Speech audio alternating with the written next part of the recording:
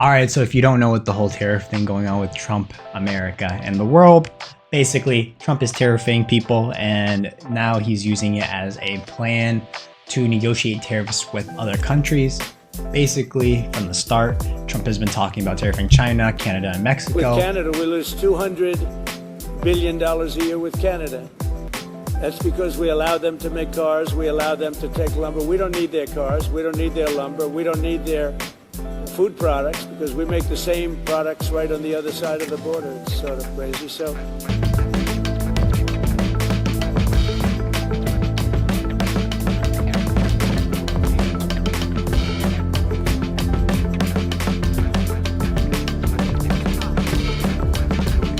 This has transferred over to them arguing with each other for a while, even fighting in the Canadian hockey leagues, leading into Trump fighting with Europe eventually, and then deciding to tariff everyone in the world about 10%. I think you're going to remember today, it's going to be a free nation that we're dealing with. We're going to have a very free and beautiful nation. It's going to be Liberation Day in America, and it's going to be a day that hopefully you're going to look back in years to come and you're going to say, you know, he was right. This has turned out to be one of the most important days in the history of our country.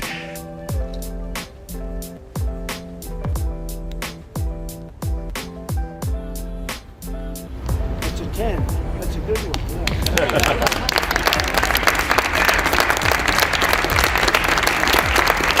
And through that, going back with China, back and forth with like 35%, 40%, 70%, 125%, 200%, you know, it's been getting kind of crazy. Well, in breaking news, the two largest economies on the planet, the United States and China, are this morning locked in an extremely dangerous trade war.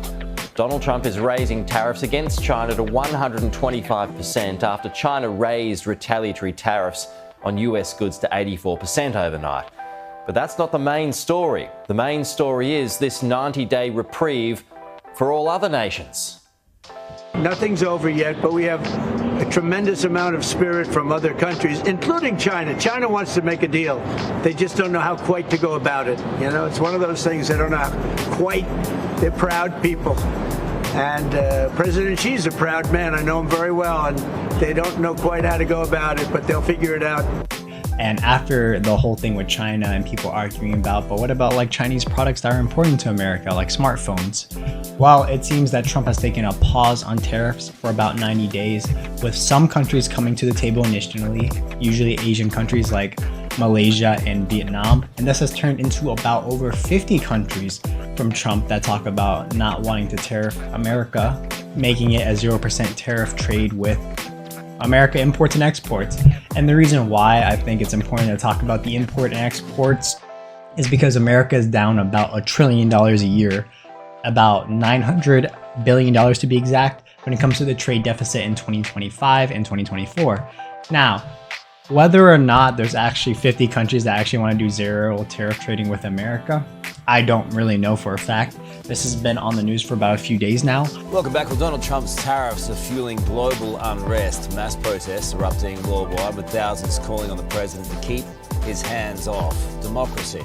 This, as America's largest bank, forecasts a 60% chance of a global recession.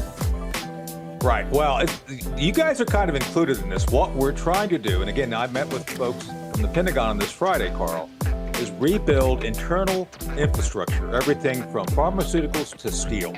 One of the things we've recognized, and the big focus right now is China, is if we had to go to war with China, a real shooting war, we would not be able to last very long. But I will like to say that with Trump really still stigmatizing China with their tariffs and tariffs on China and China's tariffs on America, Chinese manufacturing businesses have been suffering greatly, especially affecting within China, and with China manufacturing so many things out of China and exporting it into other countries.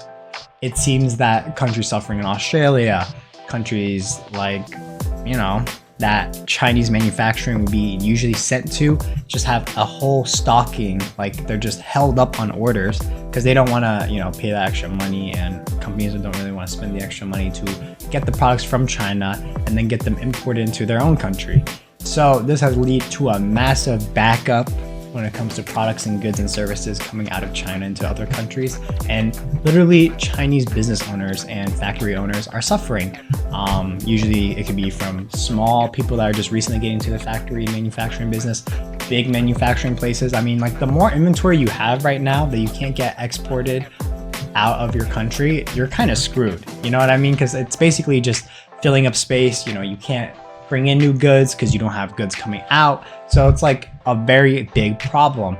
And so this kind of leads me back to talking about how like people are talking about how, you know, China doesn't need America, there's a whole world. Canada doesn't need America, you know, it has the whole world. I think with America being 3 times the amount of consumer goods from China into bringing goods into China, which equivalents to about a $300 billion trade deficit with just China alone.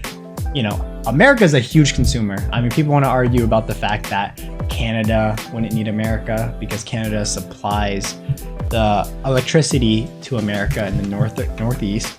Therefore, the more energy that Canada supplies to the northeast, that would mean that America relies on Canada more than Canada relies on America. However, I want to say that with America being such a big consumer country, and I mean, I'd say empire, you know, they kind of hold the power because America is the one that spends the money, right? You know, your business won't work if no one's buying your goods, if that makes any sense. So when people say like China and Canada has the power in these relationships, it kind of shows how I think crazy that people sound when they say that. And while I do agree that there's some things that America does need from like Canada and China and whatnot, like Trump has decided to not tariff these certain goods like computer chips, cell phones, you know, Apple, Samsung, you know, all your phones come from China basically. And apparently luxury goods too. People have been talking about recently the boycotting of luxury goods that come out of China, say that they're made in Europe because they add a label to it. I guess that's how it works now. As long as you add a label in your country, you know, as long as the label says made in Italy or whatever, it's made in Italy, guys. But apparently products have been being made in China, being shipped to these European countries, and then being passed off as just being made in Europe, which I think is kind of crazy. Not really surprised either, because, you know, Chinese make pretty good quality fake goods of the product anyways in the first place. And so it's just never really surprised me with like, you know, with everyone assuming that the products were kind of made in China in the first place. For example, like Nike or whatnot, I always thought like, well, if Nike makes the shoes in China, then an off-brand Nike is kind of like the same thing. No, maybe there's like some technology, patent and secret involved with making the shoe, but in general, it's just like, you know, if you're paying hundreds and hundreds of dollars for a luxury brand good bag, like why are you really surprised that's not actually made in Europe or whatnot? It's way cheaper to make it in China. And apparently you can just bypass the whole made in China thing if you just add a label in your country. So it's kind of crazy to me. Kind of crazy that I'm arguing this as someone with a Gucci bag. I didn't pay for it though, so I don't really care. Yes, it's real. I don't really see the benefits of buying a super expensive bag or super expensive clothing, because, you know, it's kind of all like made off of like cheap dirt labor in the first place anyways. So other than like really good stitching or whatever you want to call it, I think it's surprising that people are just now starting to realize it. And it's really mainly because of Trump's tariffs. Like without the backing in China and people showing off that the goods were actually made in China, like people won't really know about these luxury goods actually just being created in China and then just being faked, being made in these other countries. Kind of surprises me still, but once again, like China's taking all our jobs. He can. As a line of clothing. Now, where were these made? These were made, I don't know where they were made, but they were made someplace. But they're great. It's ties, shirts, cufflinks, everything sold at Macy's, and they're doing great. #1 selling tie anywhere in the world. #1 selling tie anywhere in the world. What, that, you wouldn't wear that We shirt? also have them in white and beautiful Where white. are the shirts made? Bangladesh. Well, it's good. Okay. We employ people in Bangladesh. Ties? Where are the ties They have made? to work These are too. beautiful ties. They are great ties. The ties are made in where? China? Ties are made in China.